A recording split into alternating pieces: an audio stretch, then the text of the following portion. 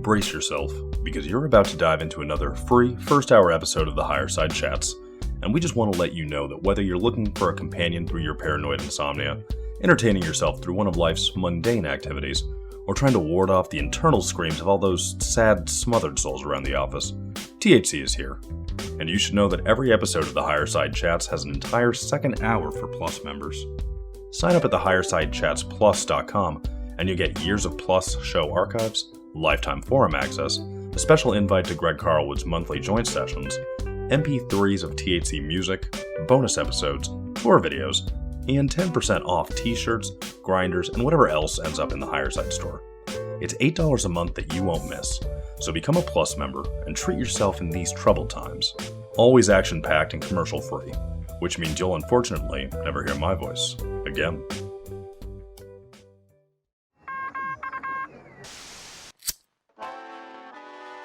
In the 1930s, President Franklin Delano Roosevelt addressed the nation through a series of radio broadcasts known as the Fireside Chats. His aim was to reassure the common man that our society would recover from its troubled times. Well, we're far from 1930, and I deal with a different kind of fire.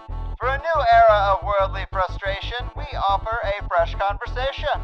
I'm Greg Carlwood, and these are the Higher Side Chats. All right, people, getting the party started from sunny San Diego. I'm Greg Carlwood, and for years we've been dissecting the damage done by the power elite for most of human history and speculating over which areas have set us back the most. Is it debt-based central banking, which has everyone redlining their lives to make more green paper as they attempt to escape the debt trap inherent to the economic system itself?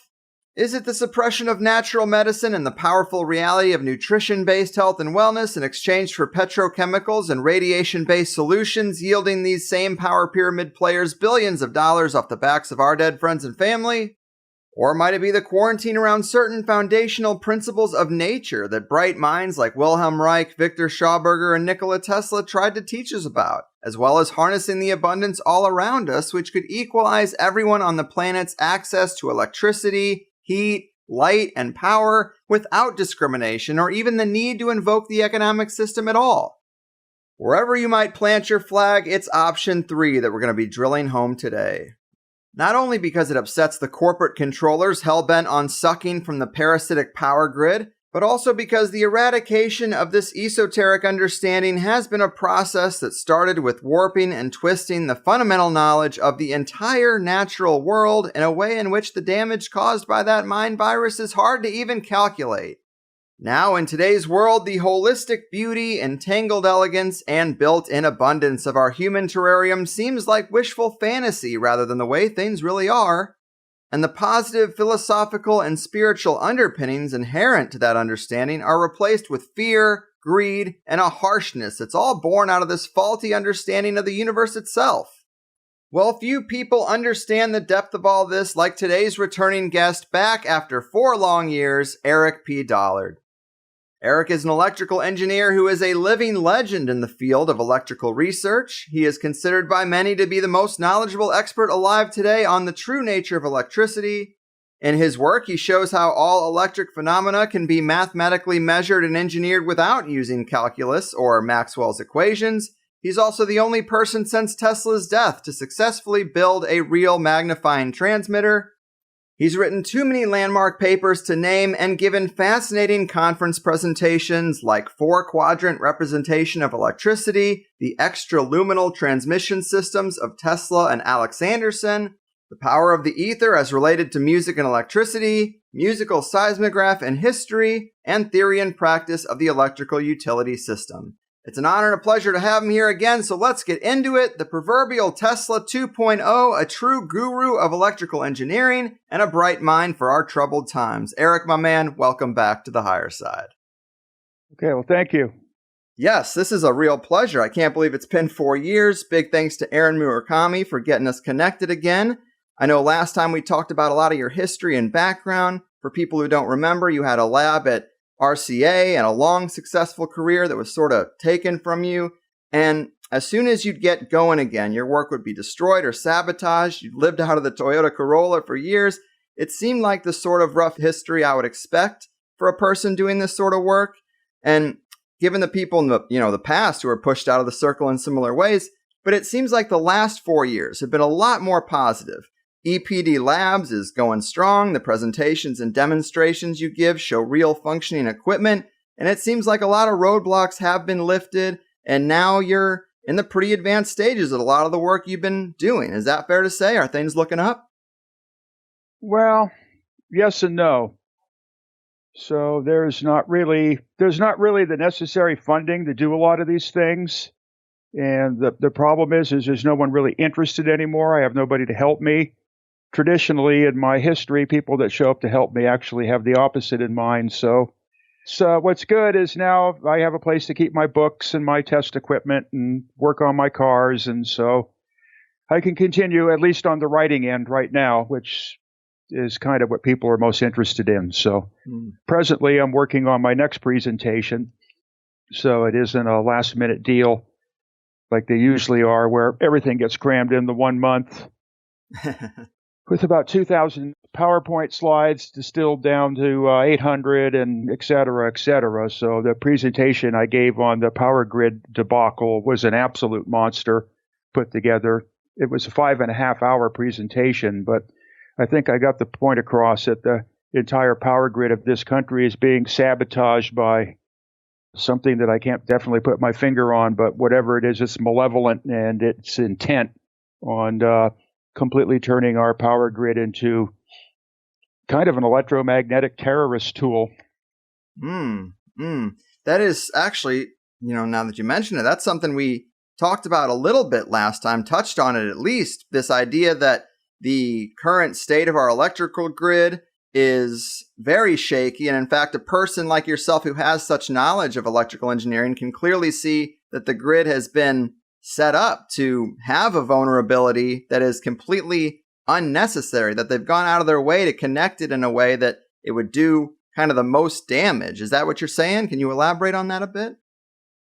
Yeah, it used to be that the electrical transmission and distribution system was a closed system, so that it wasn't really susceptible to earth currents or EMPs or stray zero sequence currents or what have you. But now the whole thing is, with deliberation and at great expense, being turned inside out to be the opposite. It's being turned into a giant antenna. So with my equipment that I have when I travel around, my car basically is kind of like an insect. It looks like an insect with the antennas. It actually senses that way. The fields around it and what have you, with the equipment in the car, I can sense my electric environment, turning it into audio. Because I guess I could consider this a more of a conspiratorial form, I will express my conspiracy theory from what I've determined in my car. Digital is a totalitarian fascist reality, and it's attempting to basically just overwhelm everything and pull people into its artificial malevolence. The enemy to that is radio, because radio basically can't be controlled. It uses the natural medium to communicate, and it has an interesting side effect in that it allows us to be in contact with the electrical nature of the planet through the little bits of interference you hear and the way the propagation changes and how it responds to the sunspots and the ionosphere and the Earth's magnetic field. And that's basically one of my main interests in it. So what is being introduced is every time you go to Walmart or whatever and you buy an electrical device, it has a jammer built into it. And this jammer is basically singles out the AM broadcast band so that you can't listen to, your favorite talk show host. It jams out CB radios so that you can't communicate with the other truckers. It causes massive interference to HF communications. There's no legitimate engineering reason why a simple device like a light dimmer has to become a massive World War II style barrage transmitter. So this is what you're plugging into your wall outlets. Now, the power grid is being turned inside out, so rather than having closed, isolated loops, it's all on a common neutral, which is a massive antenna which carries this interference. So from the conspiratorial standpoint, what I see going on here is a deliberated effort, most likely by the Chinese, to completely wipe out the process of radio broadcasting and communications. Wow. And there's no technical or functional reason for making this change. It just seems like maybe the setup for something in the future. Well, like I say, that's the conspiratorial side of it. The other way of looking at it would be the Babylonian element. Nobody understands any of this stuff anymore. And safety, reliability, legalities are all non-existent. So important components that used to exist in various electrical and electronic devices are being left out because they cost money and they add weight. So consequently, you get these nasty transients and other complications. And then they want to eliminate all the transformers from the power supplies. They're using these switching circuits, the Einstein and, electronics concepts and all that, completely ignore the electric field. So these things are basically just shredding the ether around them so that they can save a buck. And Einstein says that the electric field doesn't exist. So in their mind, it doesn't. So they don't care what they do to it. But it just plays complete havoc with all of my radio equipment. And what this has caused is a massive parasitic current inside the Earth, which is completely wiping out my telluric research. In one location where a lot of effort, time, and money was spent in putting up the receiving system, once we connected to the Earth, we found that the parasitic zero sequence or harmonic component traveling inside the Earth was 20 million times stronger than the signal we wanted to receive.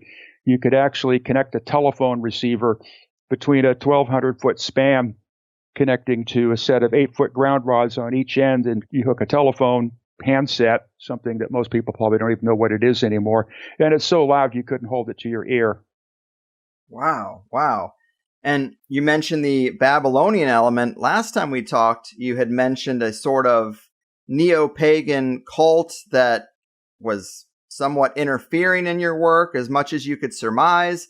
Is that what you're talking about? Some kind of philosophical difference in how to manage energy and electricity that is derived from some cult-like beliefs? Well, that's another element.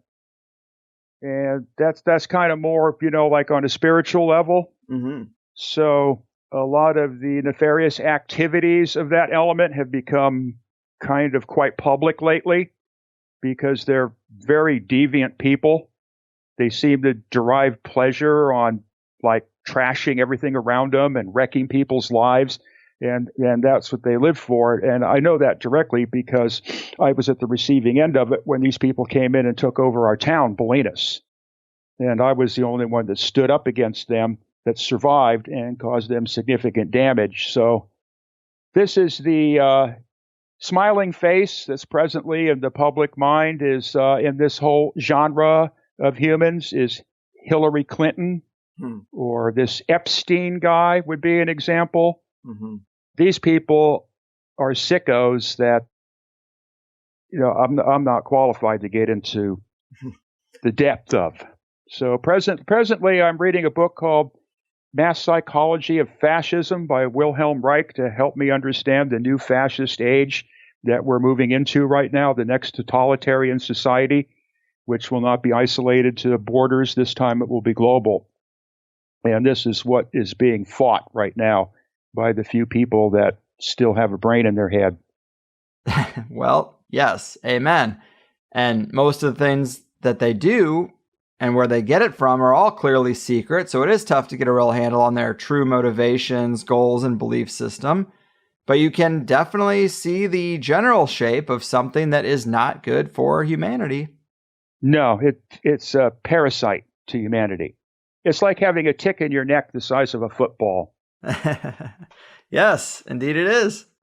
So the stuff you're doing is just really amazing. And I guess to try to undo some of the damage of the school system and maybe get people's mental wheels turning a little bit, we could maybe touch on electrical engineering history and where things went wrong. I pulled a short section from your paper, Revival of the Science of Electricity in the Digital Age, where you say, The foundations of electrical science were derived from the experimental researches of Michael Faraday and their mathematical development by Clerk Maxwell.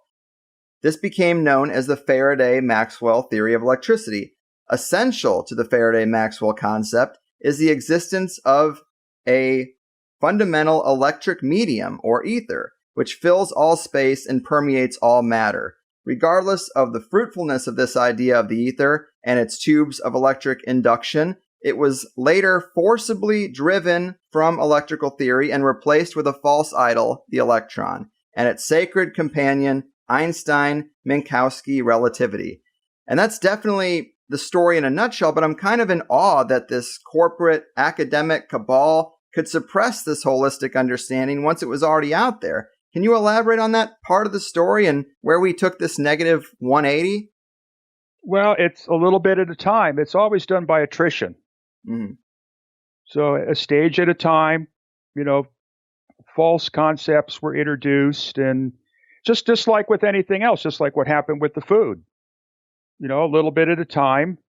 For example, I basically live on fruits and vegetables. And for me, fruit juice is a very important part of my daily life. Mm-hmm. It used to be you go to the liquor store, gas station, and you get a quart bottle of grapefruit juice. Well, all of a sudden, there is no more grapefruit juice. Okay, well, now I get apple juice. Well, now there's no more apple juice. There's no more orange juice. There's no more fruit juice. But there's row after row after row of cans and bottles of chemical formulations that, even though I have a good background in chemistry, I can hardly understand what's in them. Yes, I've noticed that too. There's nothing I can drink in a 7-Eleven. No, there won't be. At some point, the general aim is there won't be any of this stuff available anymore. People will be living on these chemicals. And that's part of the reason why they're getting so ugly and nasty. So, there was a time when people had a better understanding of the holistic world and the role of electricity in it and the role of the ether. And then we have this incremental change where they do this complete 180 flip. And now that stuff is so foreign to the mainstream. But I think this audience is a bit familiar with ether physics, the electric universe model, Velikovsky, Reich, Schauberger, and of course Tesla. These people and subjects that have all had a piece of the elephant. But if people were just to clear their minds of the erroneous paradigm we have today, and you were to explain the fundamentals of our system or environment like we were 5 years old, how would you set us straight when it comes to understanding this electric medium or the ether and its role in the natural world? Well, it's not something you can say in one sentence. Fair. I know it's a little complicated. Yeah, so basically that's what my writing has been about, is to try to systematically clarify these things through the complete redevelopment of the theory of electricity right from square one. So the concepts that are presently being implemented, you just have to reject all those things, the electron and all this type of stuff, relativity, the speed of light, all these things are ultimately meaningless.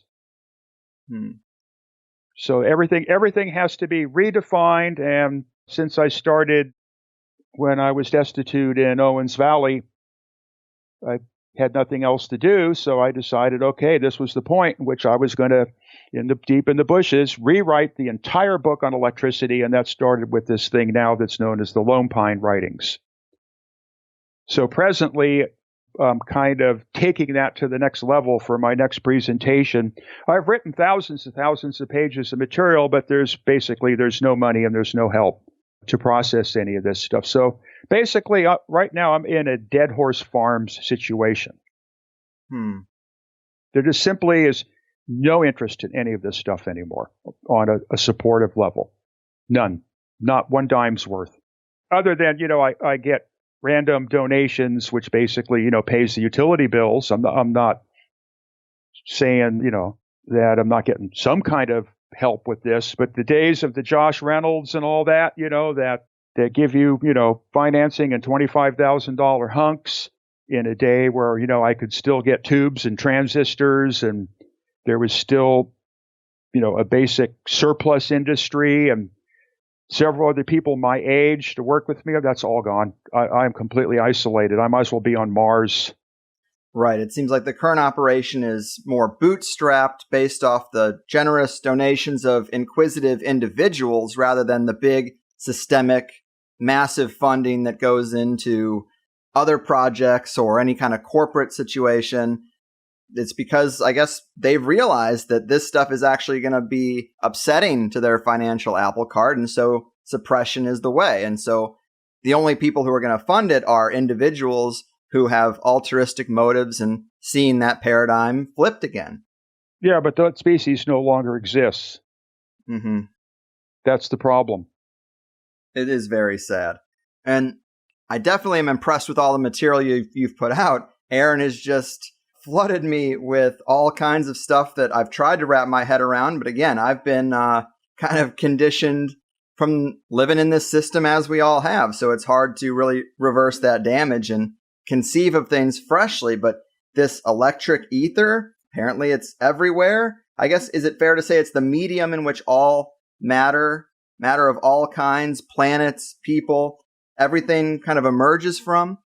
Yeah, it's the primordial medium. That makes sense. So this is what Wilhelm Reich gets into with his orgone. So because he speaks in a more common language, it's kind of, it would be easier to understand his concepts than, to go dive into some, mathematical symbolisms or all that. But this primordial medium, keeps presenting itself, but the academia people, they're often their own. This is the thing that I'm going through with the seismic deal, which basically has gone dead horse farms. Let's take, for example, I built a system. It was worth about $1.5 million in the Mojave Desert. And then it was embezzled. And there was absolutely no interest whatsoever in paying the ransom. And that station was destroyed, even though the Marine Corps and the county and everybody was interested in it. When this other element comes in, there's nothing you can do to fight these people. They're everywhere. They have infinite power. They basically have control of all the intelligence agencies, the law enforcement agencies. Now, after they successfully destroyed the Bell system, now they have a communication system where they can alter things and make you think that somebody's saying something they're not, or, suppress you or what have you. So at any rate, I know people that work in the government realm who know other people that have really pushed this electric seismology stuff to the point that it's on an engineering level. And there's, utility companies that are interested in taking this thing on an engineering level. But the problem is because these people are academics, they're not interested. It's a threat to them. They just simply want more money for more funding to do more experiments. And if you actually try to get them to help you, become like an advisor or, to help, with interacting with a specific utility company to point out, yes, indeed, there's experimental verification. They got their PhD. They work in government laboratories. They're not interested. Mm-hmm. It's a dead horse. I'm sick of whipping it. It won't move. Well, it seems like if people were to understand there's a relationship between electro frequency and seismic activity and earthquakes, that could lead to this understanding that they want to quarantine. Yeah, well, basically, the whole Einsteinian philosophy despises electricity, absolutely despises it. So as soon as you try to introduce anything electrical into a realm such as seismology, you are in trouble. So, for example, there was a successful seismic forecasting system built in Greece. It's called the VAN system. There's a book that came out recently on it, and I got in this I gave a 90-minute presentation in this at Aaron's last conference. So that basically, kind of quantified what's going on here. So this VAN system, the VAN is the initials of the three people that developed the system. It's a physics-minded system. It's not really electrically engineered or what have you. It's just they drove ground rods into the dirt until they found the spot that was electrically active, and then they connected two ground rods together through a length of long-distance telephone line, very similar to what I'm doing, and then put galvanometers into this loop, of the earth and the wire. And the precursors were impossible to ignore, absolutely impossible to ignore. They set up a network. They were able, with over 99% accuracy, to determine the magnitude and the location. And then these were academics. And the powers to be in Greece got their phone lines pulled down and got their power turned off. And even though they achieved world fame and were right there, in the list of all the critical references with the scientists that I had mentioned, the government scientists that I know, the whole thing just withered up and blew away in the wind. Tale as old as time. And the United States Geological Survey, if you're into this stuff, can be regarded as a terrorist organization. They will do everything in their power to make monkeys out of the scientists that are developing this stuff. So now I won't mention their names, but I've talked to them personally. They've been raked over the coals so much that they won't talk about it anymore. They're all pouty about it. They don't have a personality like me, which is an immediate show of teeth. They just run and, stick their tail between their legs and whimper rather than getting angry and hostile and disruptive. So basically it all ends there. Then I'm told that the USGS will actually come in and destroy their instruments, and it's war. It's basically warfare. It's a war against electricity. Man, and I was lucky enough to see that seismic presentation on the system that you built, and it's a bit over my head, but you're definitely getting some readings, and these frequencies do seem to change right before an earthquake. I guess for the people listening, can you tell us a bit about what data you're pulling from and the real mechanism behind earthquakes? Where are these readings that you're getting actually coming from? What's the catalyst for them? Well, basically what happens is an electrical stress situation builds up along with the mechanical stress situation. And then there's a certain critical level where the electrical stress and the mechanical stress start to interact in a positive feedback runaway. And then you start getting very heavy current flows. And because there's a boundary condition involved, the currents bounce off the boundaries and you start to get very powerful alternating currents. And if you have a type of underground antenna system, such as the Alexanderson antenna, you can receive those currents if you're near enough to the fault, and they're very powerful and they're very easy to detect. And then next, these currents start, because current is magnetism, and magnetism is current, and current is mechanical force, and magnetism is mechanical force. The thing that the academia and the Einsteiners can't get is you can't say that there's current and there's magnetism and there's force. They're all one thing. So when you got current, that means you got magnetism, and it means you got force. So now that starts exerting force on the rocks. Now you start to get very powerful magnetic fields that are also very easy to detect. So out of this last Ridgecrest earthquake, my friend that works in the government installation on his own had been monitoring, they're called magnetometers.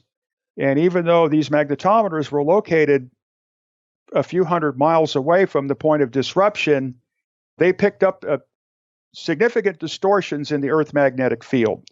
Now, in my situation, I was in my car in Oregon in the wilderness, free from all the noise, listening to these things. And my AM radio, I have modified so that I can tune to the band below it, which is now pretty much abandoned. That used to be the Maritime Communications Telegraph band. It's blank now. So at sunset, my radio in the car sounded like it was trying to chew its way out of the car. I never heard such crazy sounds. And I knew immediately that there was a telluric event in progress somewhere. It's like a noise storm. And I have determined with absolute certainty, because, these earthquakes don't occur all the time. So if there's a long wait in between, and I might not have the instruments, but fortunately I have this stuff good enough that I can carry around with me, is before every major earthquake, 12 hours to 48 hours beforehand, there's a massive noise storm that reflects off the ionosphere. And it's very similar to the noise storm that comes out of a hurricane, except the hurricane noise storms are more of a frying and popping, where the earthquake noise storms are more of an even hiss.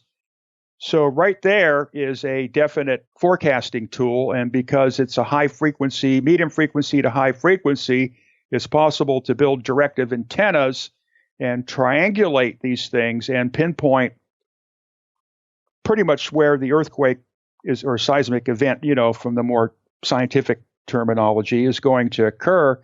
It really doesn't take much more than, a section of old style open wire long distance telephone line to do this stuff. There's nothing high tech, and you plug it into an audio amplifier with a speaker, and you have a filter that, tunes out the Navy signals for the submarines and the other, transmitting that's going on inside the Earth, which tends to interfere with it. There's nothing complicated. There's nothing expensive. The system in Greece was a 15-mile long telephone line, 2 ground rods, and a galvanometer. That's all that's involved. In that case, they have to find the sensitive spots, but because I'm using the electrodynamic method, which is based on kind of a radiation, I don't have to find a sensitive spot because it's emanating out of the ground everywhere electromagnetically, for the lack of a better word, rather than conductively. So it's not like, I don't know if there's probably no one alive anymore that remembers the old Glena crystal radio sets where you used to have this little thing, this little piece of piano wire. You would poke around on this little lump of lead sulfate until you found one little crystal, that all of a sudden then all the radio stations would come pouring out of the headphone. The van system was like that. It had to look for the sensitive spot, where the system that I've been developing and other people, like the scientists that I have mentioned, have been experimenting with, is more of a radio type of thing. So it's all engineerable, basic engineerable. Every utility company could have one of these things. There wouldn't be, in that case, you wouldn't have to be alerting the public and causing a panic and all these type of things, because basically it's the utility systems are the ones, the fires and what have you and all that type. Mainly the gas companies would be the most interested. But the problem is this digital totalitarianism is working its way into every aspect of our society. And because these people's brains are turned inside out, they fight it. And we really have reached a hopeless situation. So basically, I've declared the seismic forecasting a dead horse and have no more interest in it whatsoever. Oh. There's no point. I've beaten the dead horse too long. Nobody's interested. So what I did, I've taken an alternate approach: entertainment. People want to be entertained. True.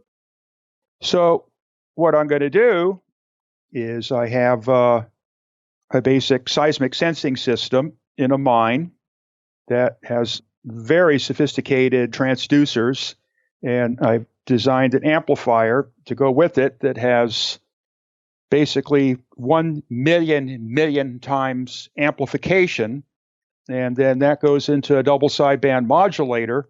It's an XYZ coordinate system as far as the earth motion goes in the mine, and then that will be converted into tones, musical tones that the mine can grasp. A basic musical triad, it's called, like CEG would be one, or FAC. I'm going to use FAC. And basically, the inside of the earth will be turned into wind chimes. And this thing will be so sensitive that the rocking of the earth and it's kind of twisting, and because it's not a smooth motion through space, because the earth is somewhat discontinuous and there's electric fields and solar flares and what have you. The earth is in as I showed in the Landers installation on the scope, the surface of the earth is like the surface of the ocean. There's waves all the time. So basically you can put on the stereo headphones and actually experience on an audio level of being inside the earth and perceiving all of these very, small but significant in that they encompass the physical dimensions of the earth. It's kind of a new type of stereo, earth stereo. So right now my total concentration is on earth stereo. and also listening to the impulses and the noise storms and that kind of stuff, like I had mentioned, these, whistlers and auroral choruses and all these type of natural sounds, that is fundable. So that is the direction I'm going right now.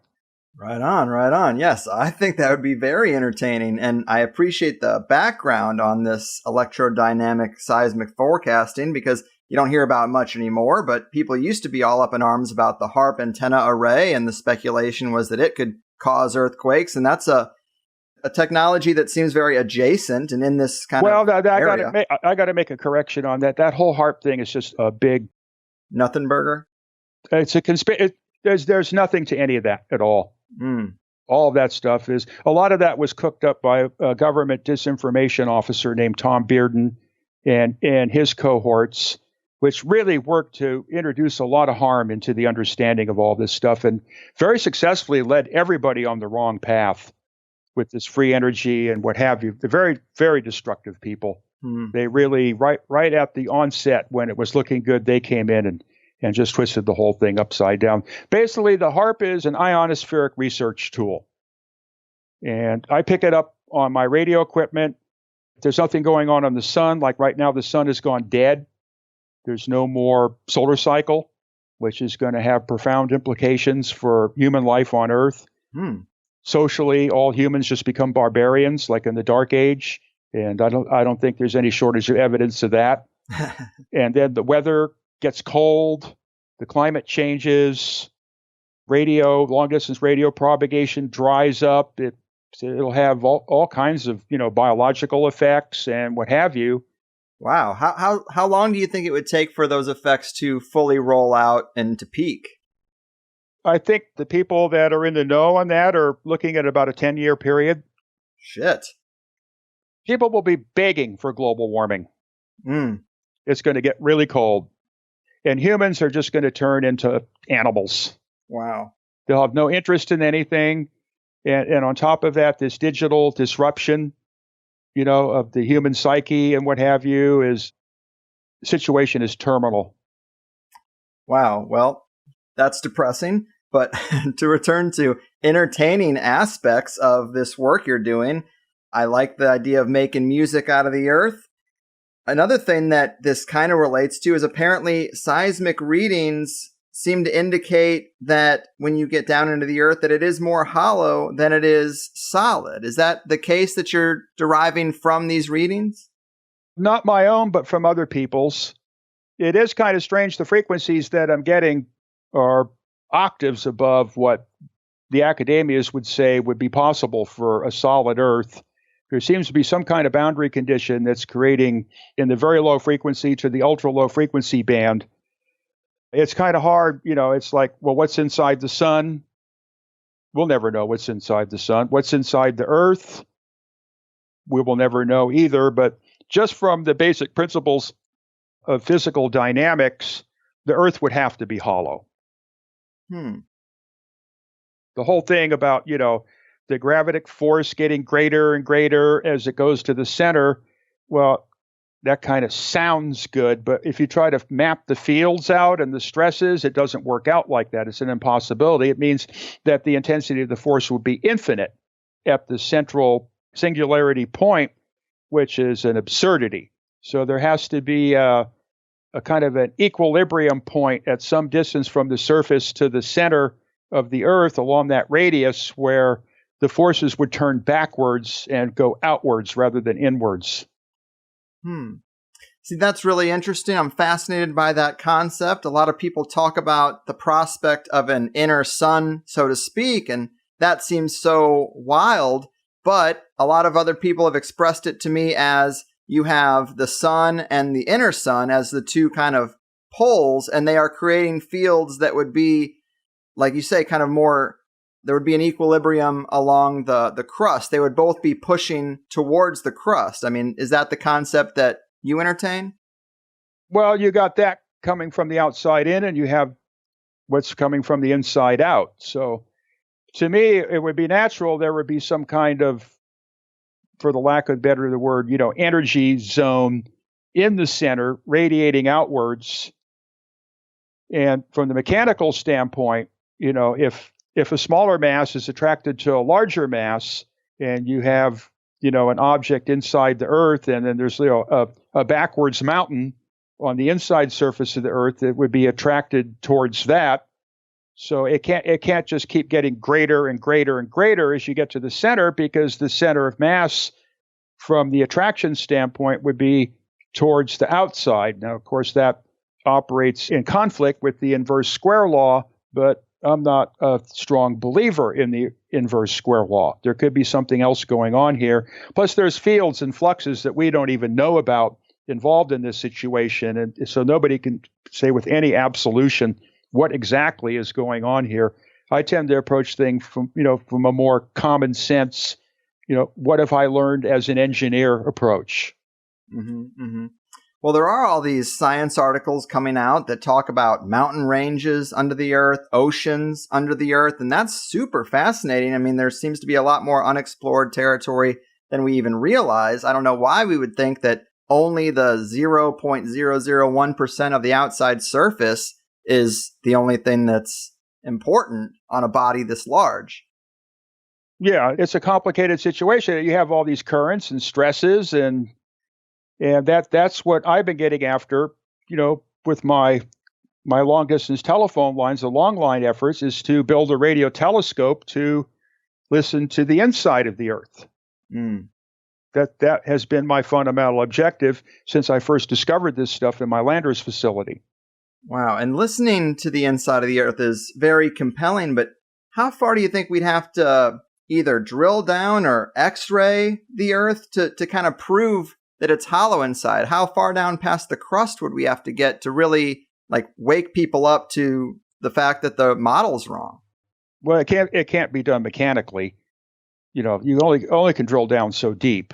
Right. I think 8 miles is the furthest so far. Yeah, and allegedly, they're going off of reflection and refraction, the proverbial they. I prefer to call it it. If you change the they to it, you get a much better understanding of what's going on. I encourage everybody to experiment and talk to their friends and resist saying they and start saying it. It will clarify everything. You'll see exactly what's happening here.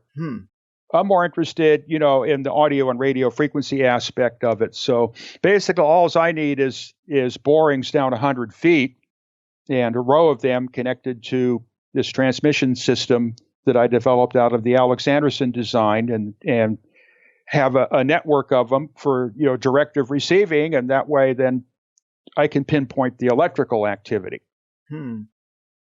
If there was a network of these things all over the planet, it's hard to say.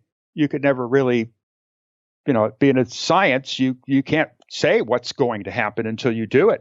You have to do the experiments. Right. Now there are no more experiments. There's, bogus equations are cooked up, and then you try to find a physical force fit, and that's not even necessary anymore. So it's like Tesla said, they wander through equation to equation, and they've lost all contact with reality.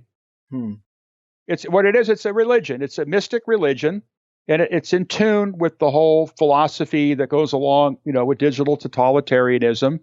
Right now, we're just like Germany was in 1933.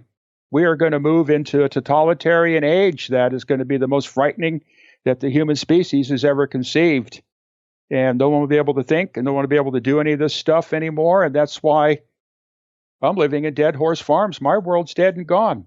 If I get money for something, they just want to pull it off, into some other avenue that is completely inimical to the direction that I'm trying to go in.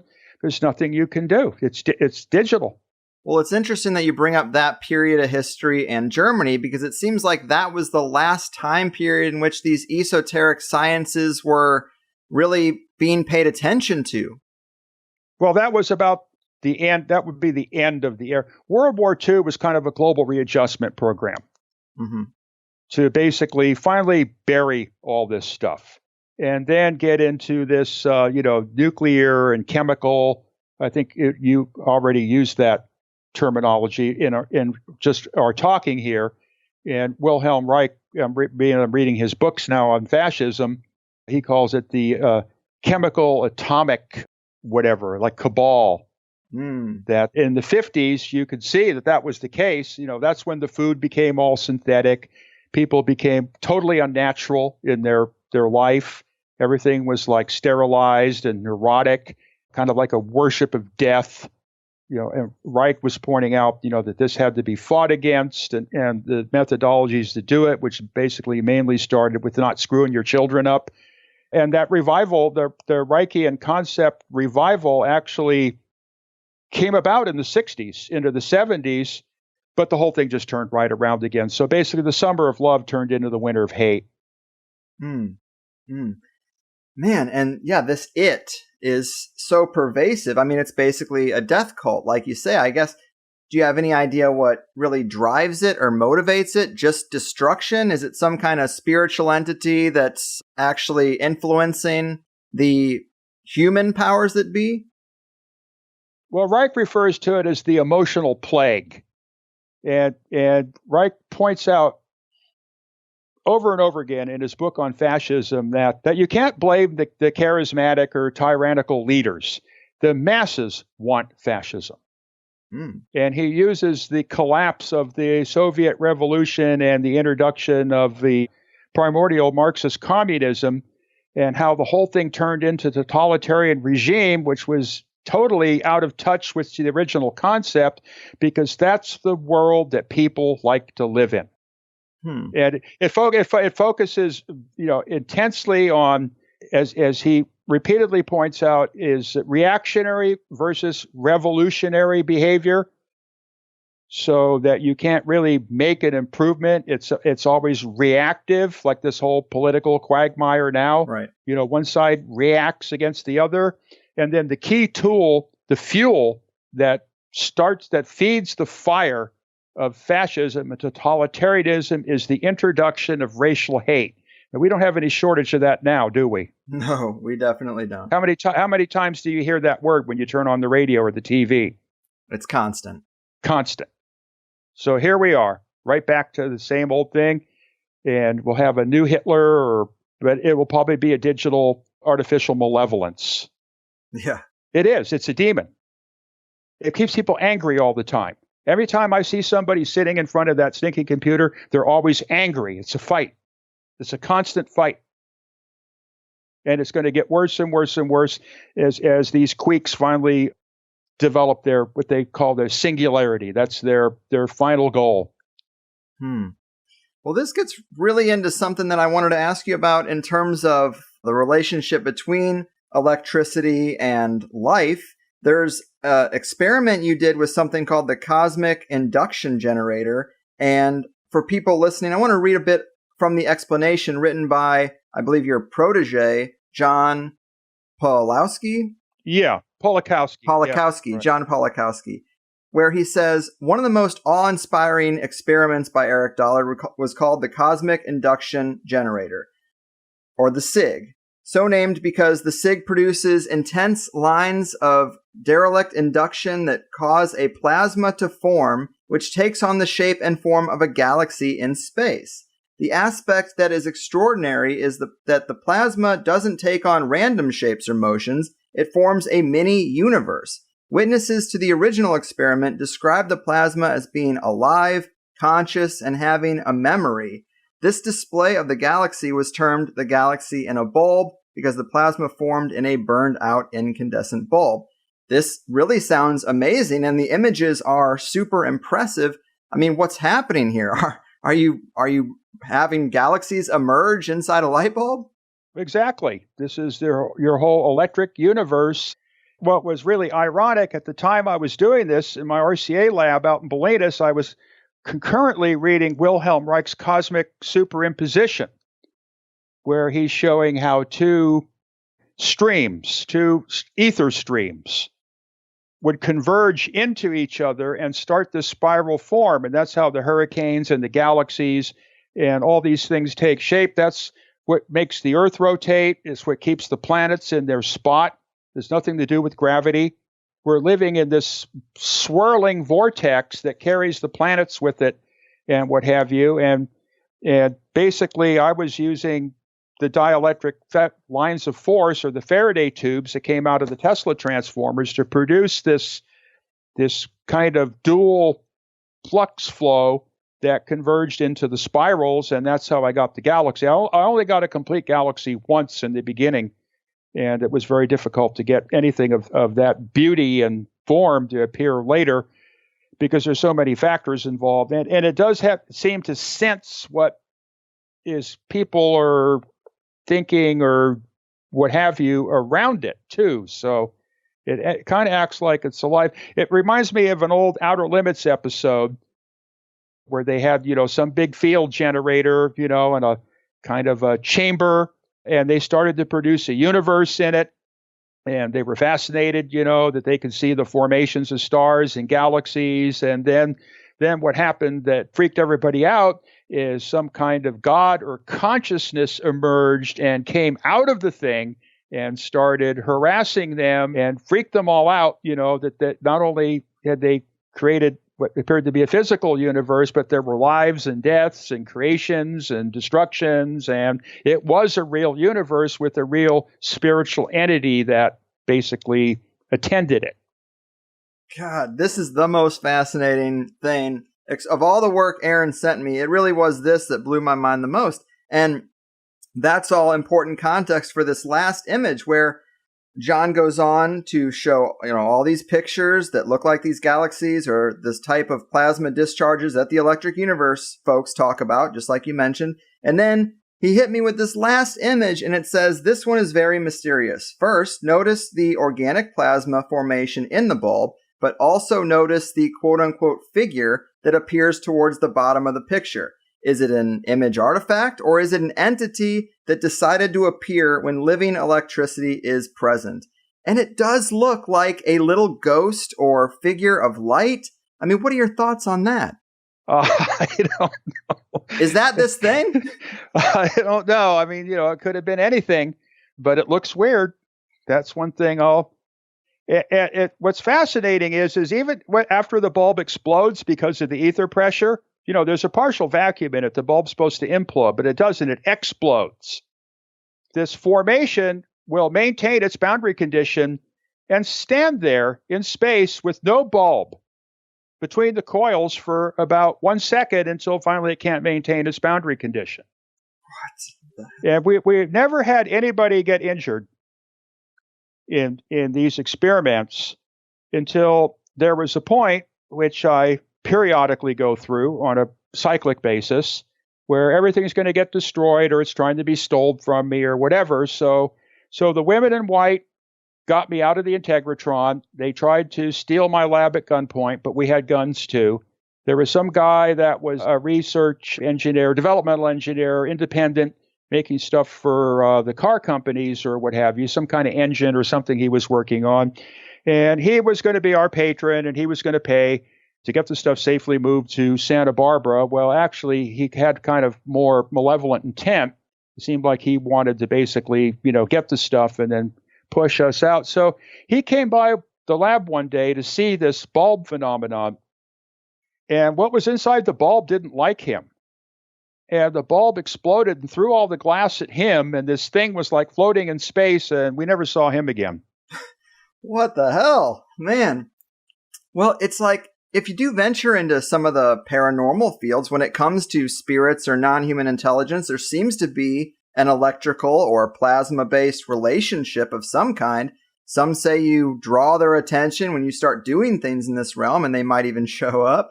Some say Tesla interacted with these beings. Do you think there's any truth to that idea of non-human intelligences that are somehow connected to these realms of electricity and plasma? It seems like you might. Well, that's conceivable, but, you have to remember, I'm an engineer. I'm not a theologian or, what have you. But the thing is, I do have this voodoo, and I don't play with it. I don't want to talk to spirits. It's best to stay away from them and let the voodoo do its own thing. If you try to get in some kind of communications with these so-called disembodied spirits or entities or whatever, I've had friends, I've warned them to, not play with this stuff. And if they do, they end up dead. Jeez, that's a heavy consequence. So it's best to stay away from that. Man, well, there is just so much impressive material, so many projects you've worked on. I got to let you go eventually. We should probably take some time to give people all the right information about following up on your work, purchasing your presentations, and donating to the nonprofit that fuels the work. What should people know? Well, that's kind of more Aaron's level. There's the website, and the website will lead you to the proper channels to the donations. Mainly, like I say, they pay the electrical bill, the bills for the building, and getting the work published. Getting my stuff published is very expensive and very difficult, and that's kind of what I'm interested in now. If some kind of major donor or a plurality of donations came in to help get the stuff, because I literally have thousands and thousands of pages of finished material, and there's just no way to get this stuff out. I'm about ready just to take the whole lot of it to the dump. Oh no, you can't do that. Well, I don't have room. I got to start getting rid of some of this stuff. If it's not going anywhere, I got to take it to the dump. Oh, I got a garage. Let's call that your dump. No, but Aaron has been really great.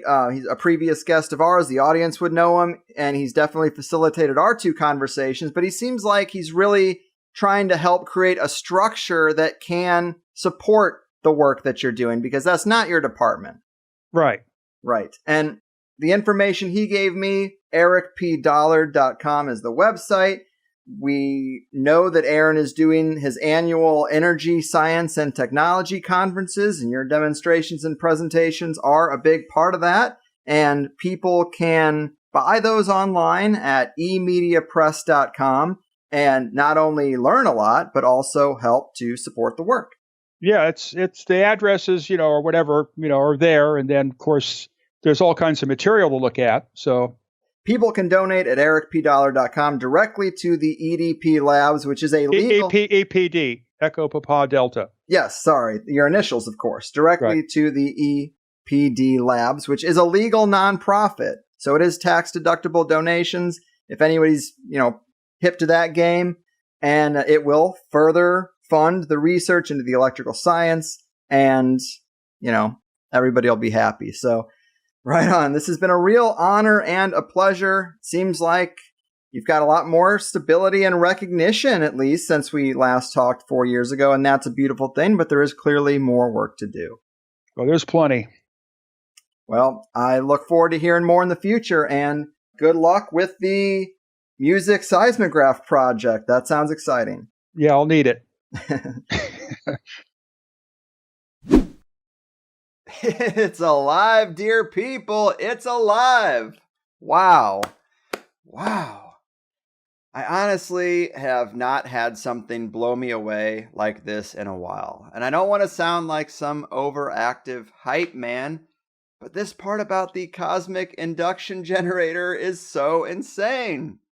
It really does look like Eric is doing something to form a small galaxy in a bulb, emerging out of the ether. Maybe I don't know what I'm looking at, but it jives with so many other things like the fractal nature of reality, the mysterious qualities of plasma, and to me, most interestingly, this odd connection between plasma, ether physics, electricity, and some sort of non-human entities.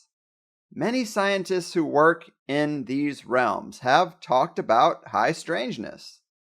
In the past, science, alchemy, and magic were often studied by the same people, it seems to me.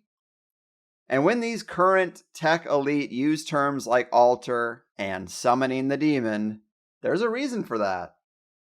I guess you should see the pictures. I will obviously include a link in the show notes, but even the Skinwalker Ranch stuff, the Bigelow Aerospace stuff. Weird paranormal activity seems very intertwined with electrical or computer science, and maybe it is partly that Stargate kind of idea. If you have the technology to create portals to another world, but you can't physically get to that other world, you beam messages and try to invoke someone to build it on their end. You need the A side and the B side. And if you can get there through physical means, then what do you need that technology for? I don't know. I'm going way off track here, I guess. And there was just a lot to like about this, but that stuck out as the wildest stuff I've seen in a while. I'm just a big Eric Dollard fan, and I was happy to see that I could get him even laughing a couple of times. That's a notch in my belt that I'm happy to have. He's such a serious guy who's been fucked around a lot. He sees a ton of problems, and he does not suffer fools very well. Which means I got to put a lot of work in just to get through 2 hours. And again, I'm thankful for Aaron giving me the assist on this one, because it really would have been tough without him. But another thing I like about Eric is that he's a purist. He lives and breathes his work, and if it's outside of that scope, he's just not interested.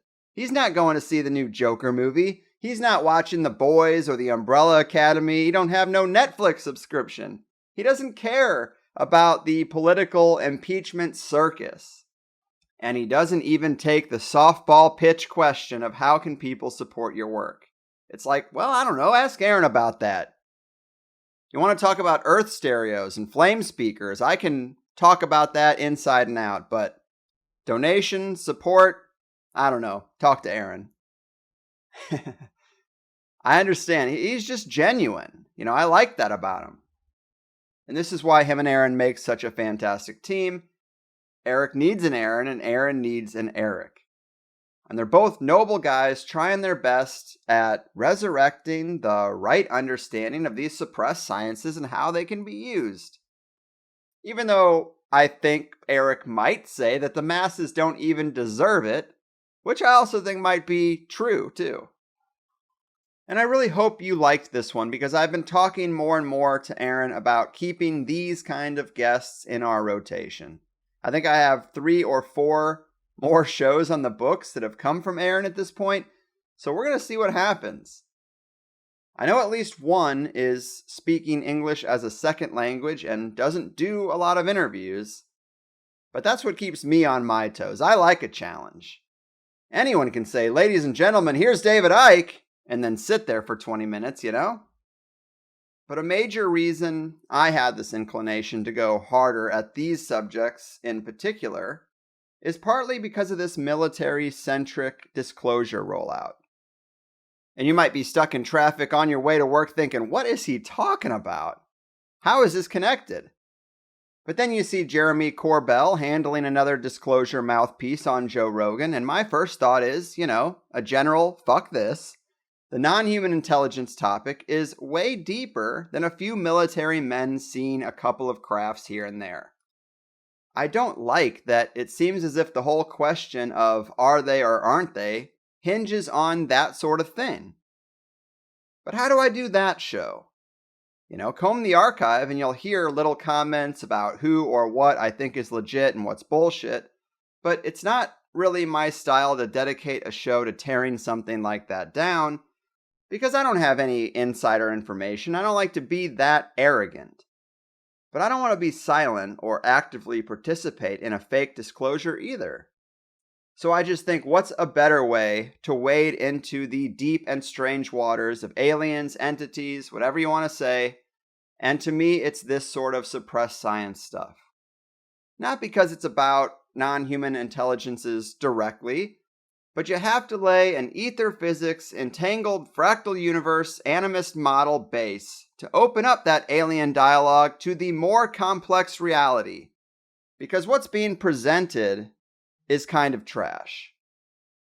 When we talked to Nassim Harriman, he seemed to have an excellent grasp on what's under the hood of reality, and he also told us that he's talked to something non-physical.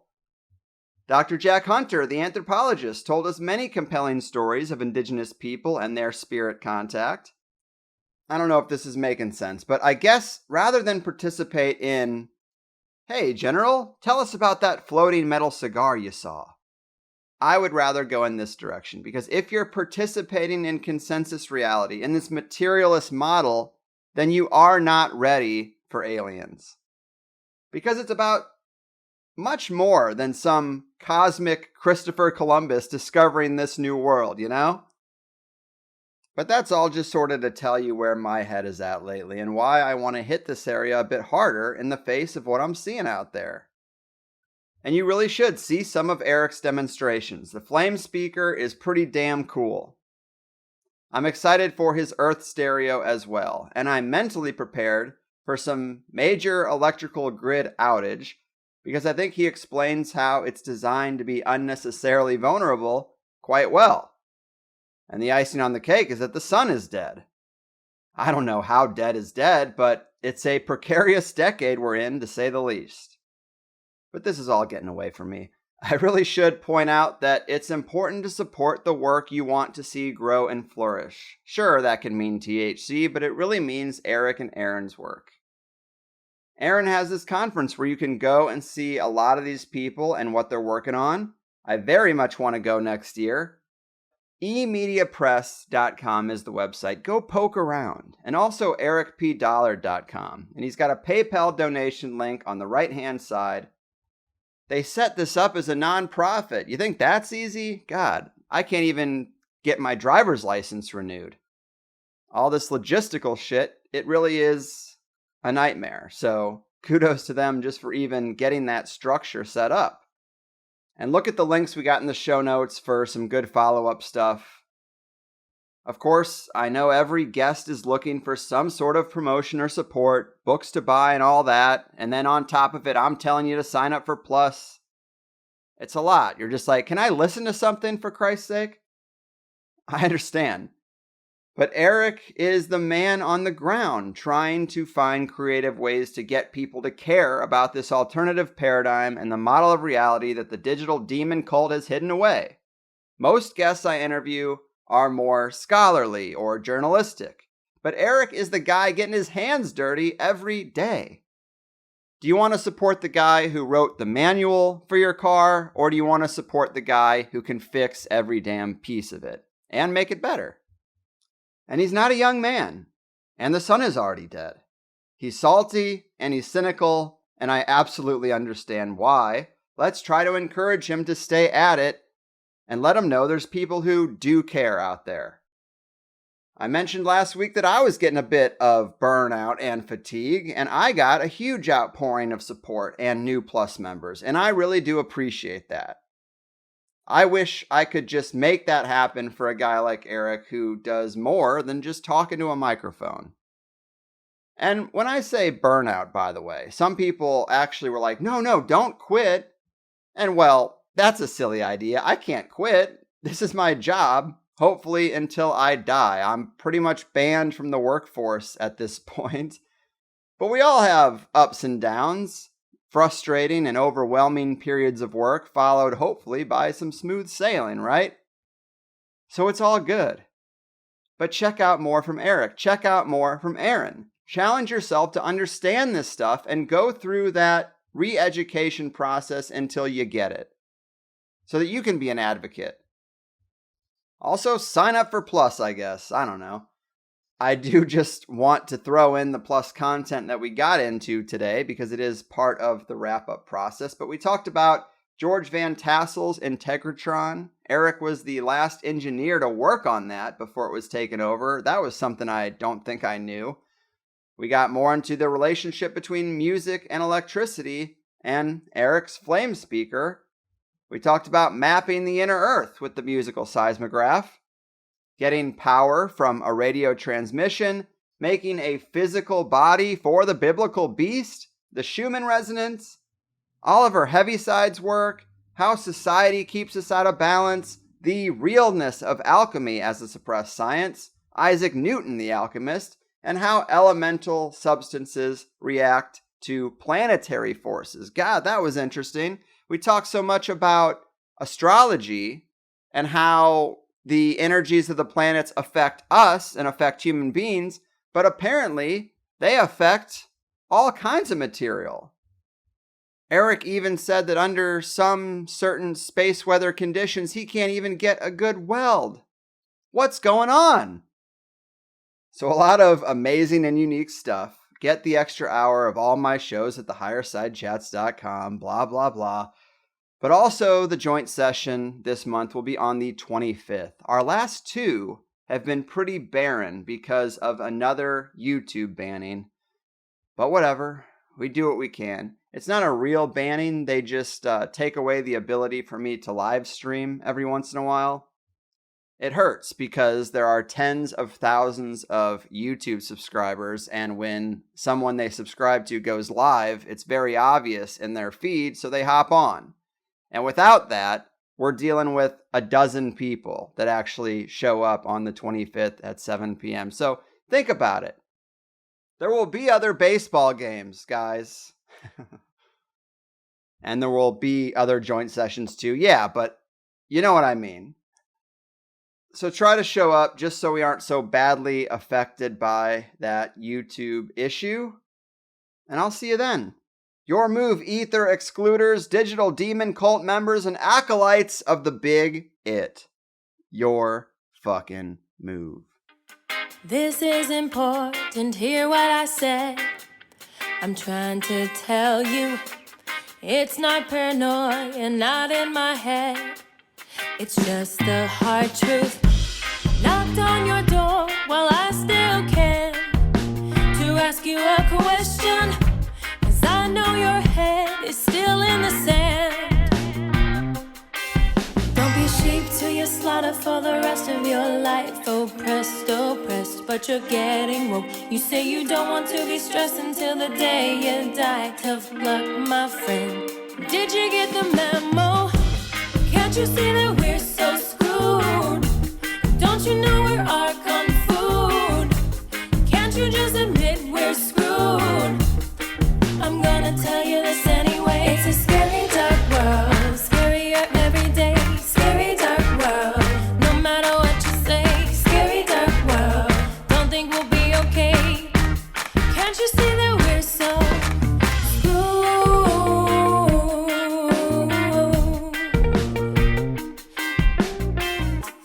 You sit and wish, but we don't have a choice. It seems we're stuck here, but you can find gnosis, drown out the noise. Now use that altar and up your magic game, and listen to THC, you know. You go with the entities. If you ever see the UFO, don't be sheep to your slaughter for the rest of your life. Oppressed, but you're getting woke. You say you don't want to be stressed until the day you die. Tough luck, my friend. Did you get the memo? Can't you say that we're so screwed? Don't you know we're our kung food? Can't you just admit we're screwed? I'm gonna tell you this anyway. It's a scary dark world, scarier every day. Scary dark world, no matter what you say. Scary dark world, don't think we'll be okay. Can't you see that we're so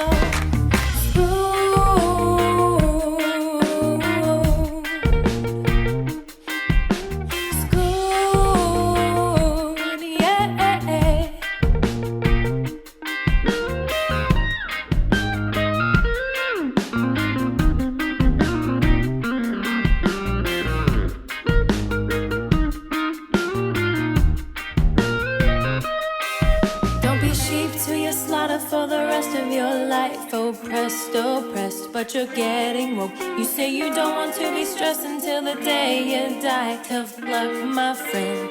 Did you get the memo? Can't you say that we're so screwed? Don't you know we're our kung food? Can't you just admit we're screwed? I'm gonna tell you this anyway. It's a scary dark world, scarier every day. Scary dark world, no matter what you say. Scary dark world, don't think we'll be okay. Can't you see that we're so screwed?